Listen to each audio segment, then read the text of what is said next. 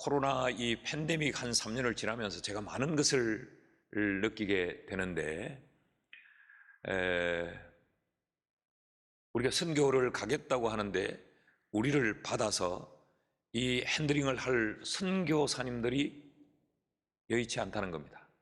그래서 원래는 세 곳의 교회를 거점 교회로 해서 선교를 하려고 했는데 우리를 받아줄 만한 교회들이 그렇게 마땅치 않아요. 우리가 뭐 못나서 그런 게 아니고 이 인원을 받아서 선교의 이 활동을 구동시키기에 힘든다는 것입니다. 그 힘든다는 말은 선교사님 자신이 힘든 것도 있지만 그 교회가 함께 이렇게 선교 단원들과 같이 어울릴 만한 이런 인적 자원들이 대단히 어렵다는 것이죠.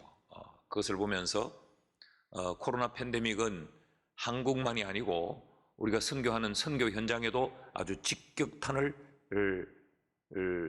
맞았구나, 그런 생각을 많이 해봅니다. 그러니까 그때도 모이던 사람들이 이 팬데믹의 과정을 지나면서 교회 출석이 어려워지고 또 떠나게 되고 이런 일들이 많이 있었다라는 거죠.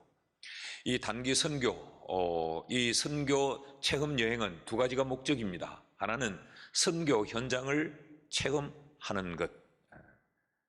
우리가 여기서 선교사님들의 보고를 듣고 뭐 선교가 이런 것이다라고 하는 것을 우리가 익히 잘 알지만 그래도 그 현장에서 직접 선교사님들이 어떤 지역에서 어떤 사역들로 어떤 사람들과 접촉을 하면서 활동을 하는가를 우리가 직접 몸으로 체험하는 것, 이것이 하나의 목적이고, 또 하나는 그런 짧은 기간, 그 체험의 기간을 통해서도 우리가 실제적인 선교 활동을 하는 것입니다. 이 두 가지가 목적인데, 우리가 이런 목적을 가지고 선교를 떠나고 또 우리가 선교를 보내는데 우리가 어떤 자세로, 어떤 정신으로 선교에 임하고 또 기도로 후원할 것인가를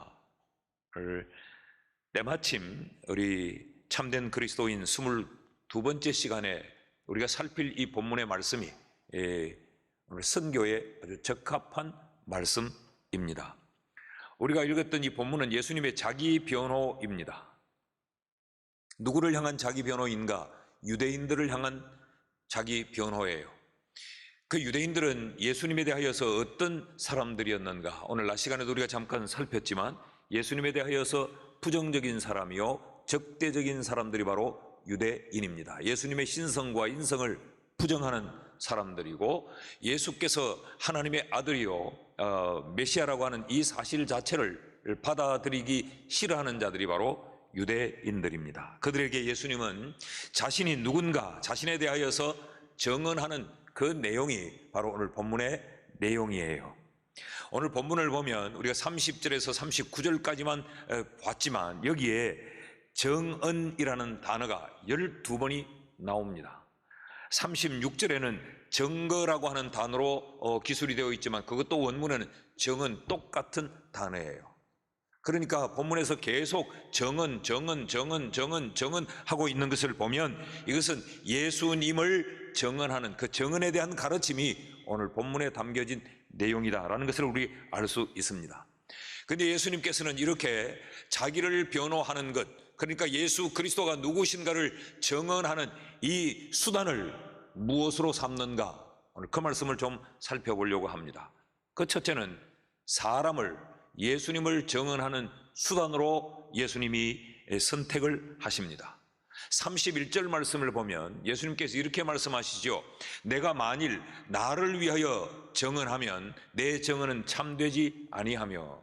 이 말은 예수님께서 내가 내 자신에 대하여서 저렇게 적대적이고 나를 공격적으로 대하는 저들에게 내가 나를 이야기하면 참되지 않다, 이 말은 거짓된다, 그런 이야기가 아니고 여기 참되지 않다라고 하는 말은 저들이 진실로 받아들이지 않을 것이다. 당연하죠.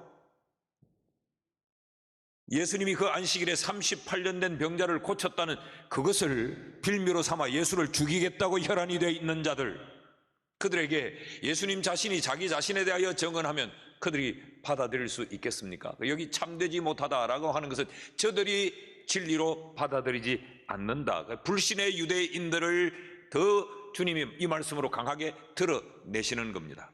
그래서 예수님께서 택하신 수단이 뭐냐? 사람이에요. 사람. 예수님이 아닌 다른 사람을 예수님을 정언하는 정언의 수단으로 선택을 하신 겁니다.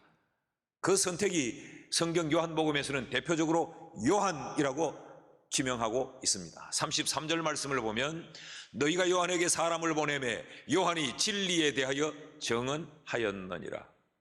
너희들이 그 요한에게 사람을 보내어서 확인해봐도 요한이 나에 대해서 이미 다 정언하고 있지 않더냐. 요한복음 1장의 이야기죠. 요한복음 1장은 요한이 예수 그리스도를 정언하는 그 정언의 이야기로부터 요한복음이 시작하고 있지 않습니까? 여러분, 이 점에서 우리의 생각과는 상당히 성경이 다르게 가르치고 있습니다. 우리는 예수님이 직접 나타나셔서 예수님이 직접 자기 자신에 대하여 정언하면 그렇게 강팍하고 그런 사람도 뒤집어지고 예수를 믿을 것으로 우리는 생각을 해요.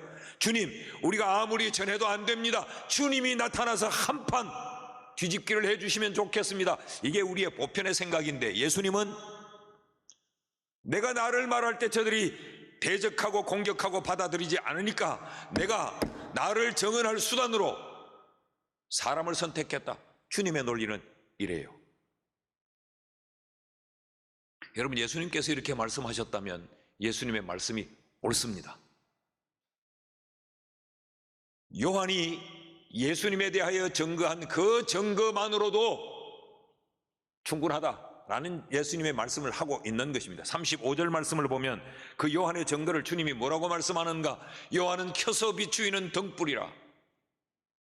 너희가 한때 그 빛에 즐거이 있기를 원하였거니와. 요한이 예수 그리스도를 증언하는데 이 사람을 통하여 증언하는 이 증언을 예수님이 뭐라고 말하는가? 어둠 가운데에 빛을 켜서 비추이는 등불이라고 말을 합니다. 여러분, 이 점을 우리가 마음에 깊이 생각하셔야 됩니다.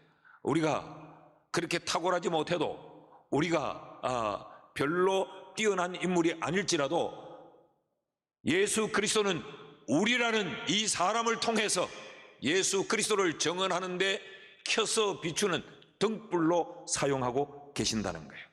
그러니까 모든 그리스도인의 존재는 어떤 존재냐? 우리는 그리스도의 등불입니다. 한번 따라 하십시다. 우리는 그리스도의 등불이다.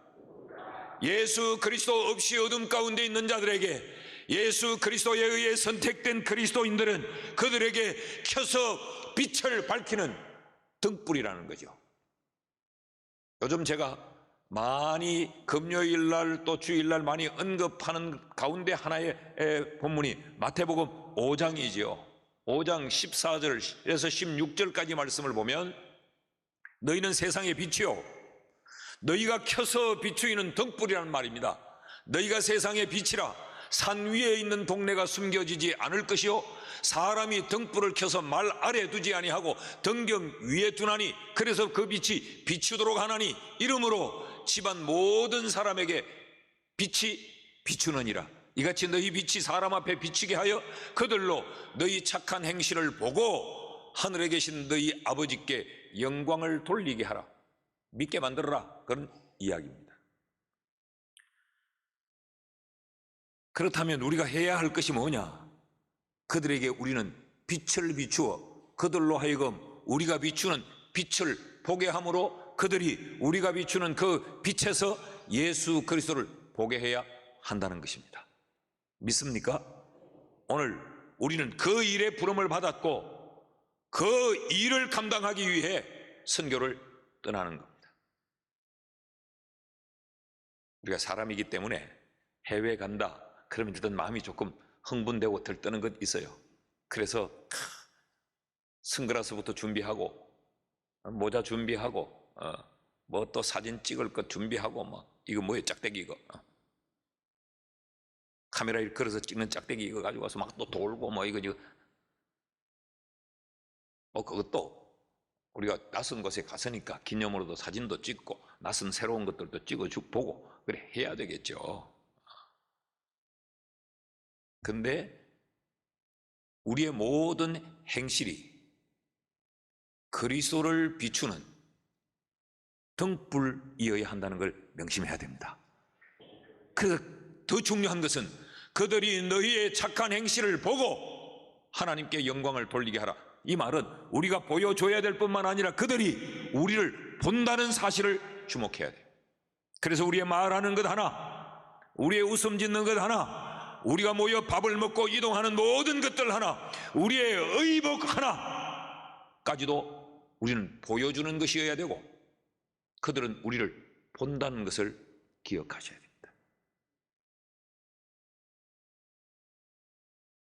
그래서 제가 선교지 가면 제가 굉장히 예민해지고 그런 이유가 막 그냥 마구잡이로 뒹굴고 떠들고 깔깔거리고 의미 없이, 미안합니다, 막 히히덕거리면 제가 그걸 눈으로 두고 보지를 못해요. 왜요?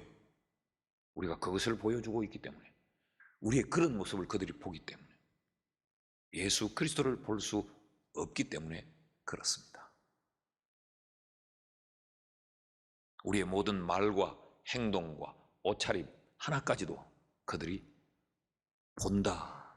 우리는 그들에게 보여줘야 한다. 둘째로, 예수 그리스도를 증언하는 그 증언의 수단으로 예수님은 사람을 선택하실 뿐만 아니라 또 하나 능력으로 말미암아 나타나는 역사를 사용하십니다.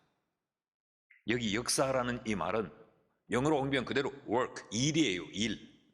에르곤이라는 단어인데 일입니다. 일. 우리의 행하는 일들로 통하여서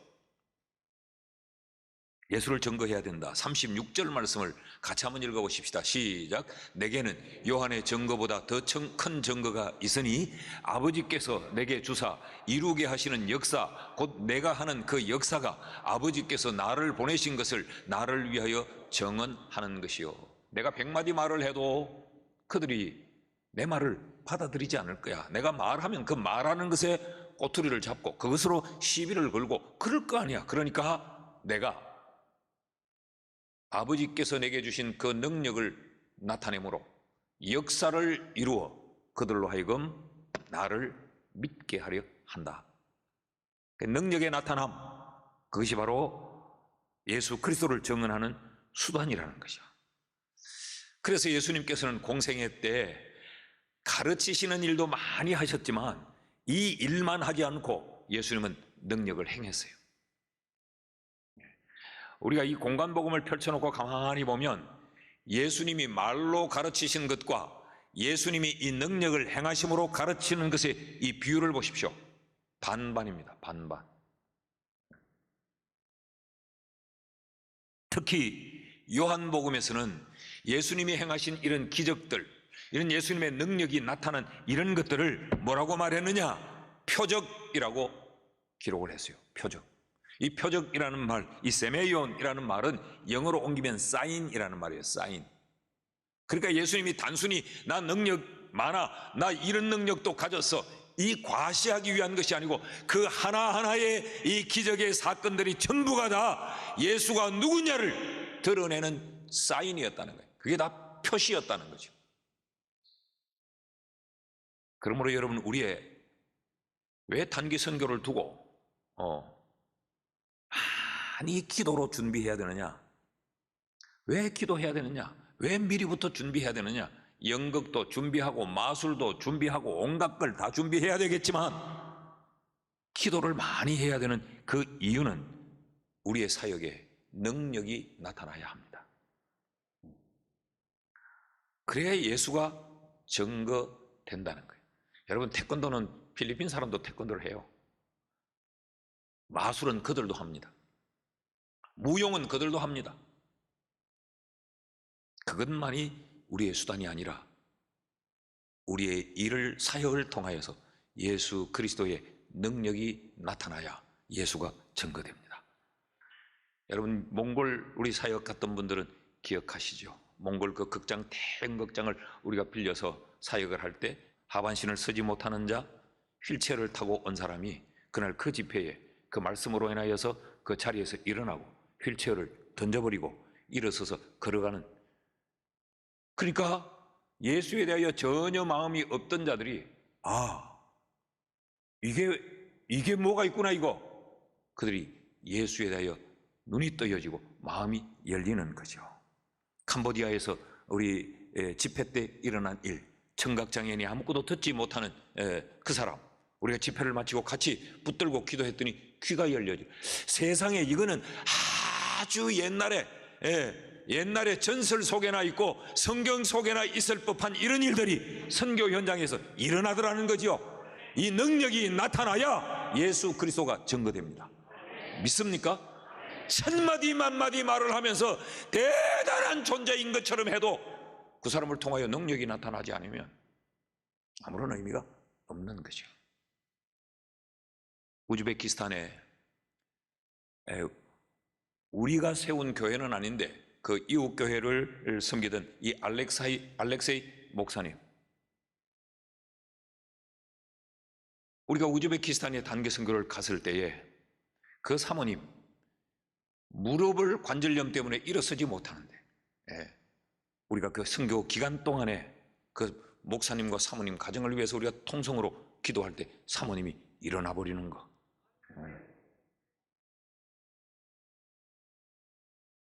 이런 하나님은 우리를 통해서 예수 그리스도의 살아계신 그 능력을 드러내어 이런 역사를 통해서 예수가 누구인지를 증거하신다고 말씀해요. 이번에 우리에게 이런 능력의 나타남, 이런 역사가 있기를 소원합니다. 고린도전서 4장 20절 말씀 같이 읽습니다. 시작. 하나님의 나라는 말에 있지 아니하고 오직 능력에 있음이라. 믿습니까? 그래서 제가 단기 선교 가면 제가 예민해지고 어느 통머리 끝이 바짝 서서 그렇게 날카로워지는 이유는 우리를 통하여 주의 능력이 나타나야 되지, 그래서 우리끼리 즐겁고 좋은 것만으로는 안 되기 때문에, 주의 뜻하심이 이루어지지 않기 때문에, 그래서 그렇게 예민한 거예요. 셋째로, 예수 그리스도를 증언하는 그 증언의 수단으로 사람을 사용하시고 그 사람을 통하여서 그리스도의 그 능력을 나타내므로 예수를 증언하실 뿐만 아니라 말씀, 성경을 통하여서 예수 그리스도를 증언합니다. 그 말씀이 증언의 수단이라는 거죠. 39절 말씀 보십시오. 너희가 성경에서 영생을 얻는 줄 생각하고 성경을 연구하거니와 이 성경이 곧 내게 대하여 증언하는 것이니라. 그러니까 이 하나님의 말씀이 목적이 뭐냐? 우리 속에 지식으로 담기 위함이 아니에요. 이것을 통하여 예수 그리스도를 드러내기 위함입니다. 앞부분 38절 말씀은 이렇게 기록되어 있어요. 그 말씀이 너희 속에 거하지 아니하니 이는 그가 보내신 이를 믿지 아니함이라. 말씀이 없으면 뭐 안 믿는다는 이야기. 결국 말씀이 예수 그리스도를 증언하는 절대적 수단이라고 가르칩니다. 그러므로 여러분 기억하십시오. 비록 짧은 기간이지만 선교라고 한 이름을 붙인 선교와 그리고 봉사활동은 다릅니다. 수련회와 여름 놀이는 차이점이 있습니다. 제가 우리 교육자들에게, 주일학교 교육자들에게도 이 점을 늘 강조해요. 우리가 혼동하고 자칫 이 타겟을, 목표를, 방향을 이걸 놓치면 안 되는데, 아이들 기쁘게 하고 아이들 즐겁게 하고 아이들 비유 맞춰서 아이들 많이 오게 하고 이것만 딱 생각하면 물놀이 하다가 끝난다. 이것만 하면 맨날 아이들한테 간식 주다가 끝이 난다. 맨날 공작놀이 하다가 만들기 하다가 풍선불기 하다가 끝이 난다. 말씀이 전달되어져야 한다. 그래서 우리의 봉사활동으로만 만족해서는 안 돼요. 우리 가서 하는 일들은 이런 일들이 많습니다. 푸딩 사역, 가난한 분들에게 우리가 음식 만들어서 주는 거, 뭐 이런 일들이 많아요. 여러 가지 이런 봉사의 활동을 하지만 여러분, 이것만으로 만족해서는 안 돼요. 말씀이 있기를 바랍니다. 그러므로 우리 속에 먼저 하나님의 말씀이 채워지고 우리가 하나님의 말씀을 붙들고 그 말씀을 온전히 의지하고 그리고 그 말씀을 전해야 그것이 선교 여행이지, 그렇지 않으면 그냥 안 믿는 사람들의 봉사활동이나 전혀 다를 바가 없어요. 왜 말씀이어야 하는가? 왜? 말씀이 가진 능력 때문에 그렇습니다. 히브리서 4장 12절 말씀 같이 읽어볼까요? 시작. 하나님의 말씀은 살아있고 활력이 있어 좌우의 어떤 날선 어떤 것보다도 예리하여 혼과 영과 및 관절과 골수를 찔러 쪼개기까지 하며 또 마음의 생각과 뜻을 판단하나니. 하나님의 말씀이 능력이다. 그렇기 때문에 말씀이 있어야 돼요. 말씀. 39절 말씀을 오늘 본문 39절을 같이 읽어봅시다. 시작. 너희가 성경에서 영생을 얻는 줄 생각하고 성경을 연구하거니와 이 성경이 곧 내게 대하여 정언하는 것이라. 너희가 성경에서 영생을 얻는 줄 생각하고. 여러분, 하나님의 말씀은 생명이기 때문에 그래요. 그래서 말씀이 전해지지 않으면 생명의 역사가 일어날 수가 없습니다.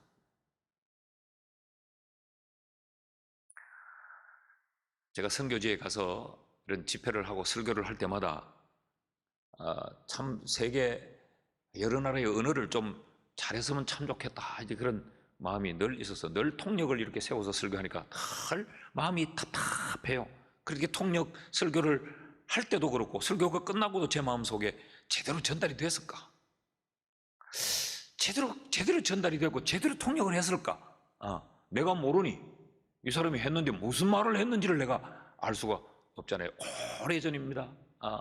지금으로부터 한 20여 년 전쯤 될 거예요. 우즈베키스탄에 가서 제가 우리 찰린교에서 설교를 했는데, 아니 옆에 통역하는 분이 너무 잘하는 거예요. 뭐 내가 말이 끝나니까 하고 제가 막 제 설교하는데 전혀 장애를 안 가져서 막 설교를 해서 힘차게 통역 잘한다는 그리 싶었어요. 그리고 설교가 끝나고 자리에서 내려와서 앉고 내 통역한 분이 옆에 앉았는데 그 뒤에 앉아있는 그곳에서 선교를 한 10수년을 하신 선교사님이 그 통역자를 등을 때리면서 아식 통역을 개판으로 해. 그래 내가 잘하지 않았어요. 목사님 설교한 거 절반도 안 했어요. 지 말 다 했다는 거예요. 나는 잘한 줄 알았죠. 와, 고함 지르고 막 내가 이러면 지도 이러고 막 하니까 잘한 줄 알았지. 여러분, 그런데도 그렇게라도 전해지는 그 말씀으로 복음이 전해집니다. 우리 한국 초기를 생각해 보면 꼭 그렇지 않았겠어요? 그 미국 선교사들이 와서 통역자를 데리고 다니면서 설교하는데 제대로 전달이 됐겠냔 말이죠.